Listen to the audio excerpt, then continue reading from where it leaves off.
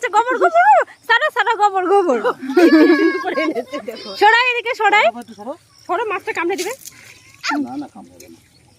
একটু সরো গোবর আছে ওইদিকে সরো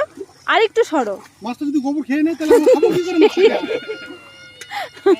মাছটা এই রুই মাছটা হলো সলিড নে নে নে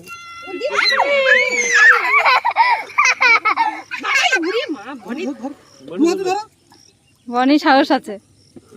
সারা ধরো তো দেখি আরেকটা আছে ওটা তো ডিম আছে মুখে দেয় না মুখে দেয় না দেখলি তুই তো এসে কান্না করছিলিস পাপা জলে নেমে গেছে দেখলি কেন নেমেছে হ্যাঁ ওর সার্থক হলো এটা বেবি মাছ সারা সরাই সরাই সারা ধরতে পারবে দেখি দিই বোনকে ধরতে দাও একটু বেশি ডিম আছে ভরপুর